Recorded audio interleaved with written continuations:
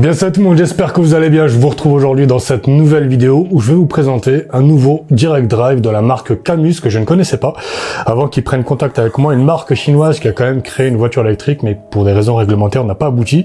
Du coup ils ont décliné leur savoir à travers une carte électrique, des accessoires pour bagnole, mais aussi sur la partie sim racing, un volant direct drive que je vais vous présenter aujourd'hui. On peut retrouver aussi un pédalier que je leur ai déjà réclamé, donc on verra si dans les jours ou les semaines à venir ils ont la possibilité de m'en envoyer un. Il y a aussi un châssis, donc Camus, qui ressemble un petit peu à Hoplite, enfin ou plate, je sais pas comment vous l'appelez.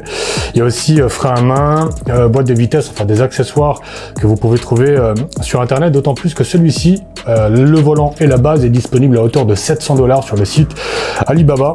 Donc on verra ce que ça vaut in-game en tout cas, parce que j'ai pris le temps quand même. C'est ma deuxième tentative de record, la première avec 8 ans sur YouTube, j'ai encore des soucis banals comme le fait de ne pas avoir de batterie suffisante sur le micro. Bref, j'ai quand même pris le temps sur cette deuxième tentative d'assembler le volant, puisque vous avez cette plaque qui rappelle l'enseigne indépendamment, le volant qui représente plus ou moins 33 cm avec un espèce de cuir et puis des surpiqûres rouges à l'intérieur. Il est plat, il n'est pas creusé à l'intérieur, et par-dessus, du moins en dessous, on vient y fixer un espèce de hub en fibre de carbone qui présente plusieurs boutons, des sélecteurs et puis des interrupteurs. Là il y en a un à 3 niveaux, donc le même principe qu'une button box.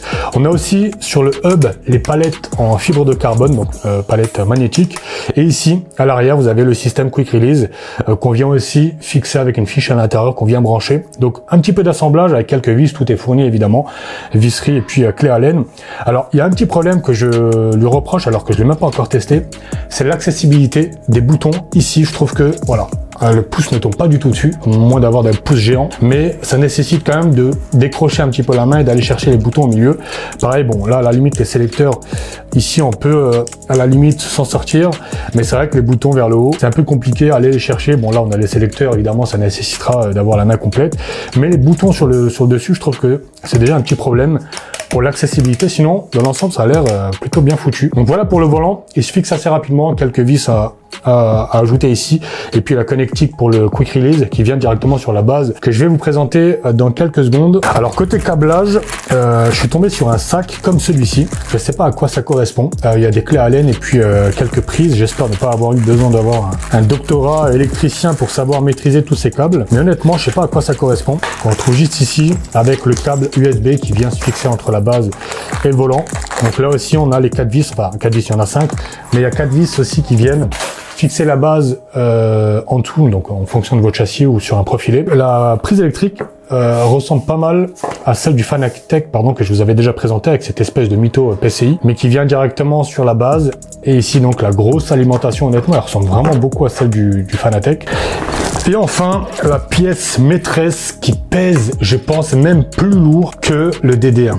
Honnêtement, elle pèse vraiment son poids. Donc en façade, déjà la particularité de cette base, c'est ce qui est assez marquant quand on la voit comme ça, c'est d'avoir des boutons en façade, donc le même principe qu'une button box, pardon. On retrouve d'ailleurs les mêmes boutons, le sélecteur à 3 niveaux qu'on a aussi sur la roue. Donc peut-être que ça vient pallier dans le cas où on met une roue par exemple drift ou une roue où il n'y a pas tout simplement de boutons. On a la possibilité de pouvoir en disposer mais directement sur la façade, parce que j'avais déjà vu une roue qui proposait sans le hub mais qui vient se connecter avec le quick release. Du coup, ça nous permet quand même de pouvoir interagir avec la base à travers ces boutons. Vous avez ici le bouton d'alimentation. Ici, directement, on va venir connecter le quick release de la roue. D'ailleurs, j'avais pu voir un mec qui avait fixé la roue sur la base et qui a essayé de forcer. Il y avait 0 jeu. Donc c'est assez bluffant. Je vais peut-être l'essayer juste après. À l'arrière ici, vous allez trouver les différentes connectiques. Je pense que c'est du RJ12, pareil que le Fanatec, la prise USB. Et justement, à travers cette prise RJ12, vous avez le frein à main, la boîte de vitesse, le pédalier, le shifter numéro 2. Ici, la petite bouche d'aération. Et puis ici, vous avez la prise électrique que je vous ai présenté tout à l'heure. Alors, honnêtement, en termes de design, moi, je le trouve assez beau. Clairement, assez sobre. Ici, vous avez une rainure. Pour certains, ils se sont posé la question de savoir est-ce qu'il n'y a pas un châssis avec des montants sur le côté, comme moi ce que j'ai sur le Direct Drive Fanatec, pour venir fixer la base. Après, je pense que c'est pas assez rigide pour tenir le tout, puisqu'à l'arrière, vous allez trouver 4 vis.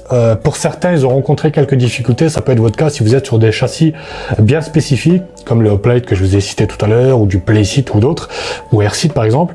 Il y a peut-être des chances que celui-ci ne soit pas adapté. Pour certains, ils ont utilisé uniquement 2 vis. Pour d'autres, ils ont percé leur plaque pour venir venir l'adapter. Alors moi j'ai pas ce problème là puisque je suis sur du profilé, donc j'ai juste à mettre un profilé, des équerres, fin d'histoire. Faudra que je l'installe, faut que j'enlève tout le card management que j'ai fait sur mon DD1 pour venir fixer celui-ci. Alors particularité à noter tout de même, c'est que je ne pourrais pas utiliser la boîte à H puisque la boîte à H est connectée directement sur la base et j'ai pas d'adaptateur USB. Je verrai si j'arrive à mettre la main dessus entre temps, mais voilà un petit peu sur la partie connectique. On va essayer de fixer le volant. Ah ouais, franchement c'est vraiment, ça a l'air en tout cas du solide.